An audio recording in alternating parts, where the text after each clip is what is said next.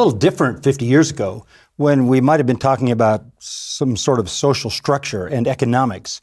We're not talking about that anymore. We're talking about morality now. We're talking about whether we kill babies or don't kill babies. We're talking about what is marriage. We're talking about what is a family.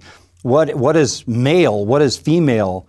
Those are the issues now that have made their way into the political world, so that it's fraught with moral issues. And if you are one who has a moral authority, which would be the word of the living God, the Creator, then your responsibility in any society is to make sure that God's moral standards are heard.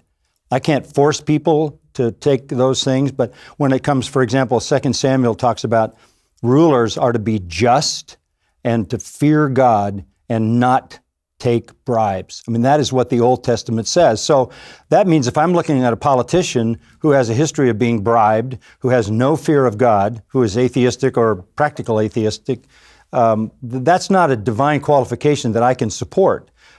Somebody, for example, who advocates the slaughter of babies, which is murder by any biblical definition, any moral definition, that is not a just ruler.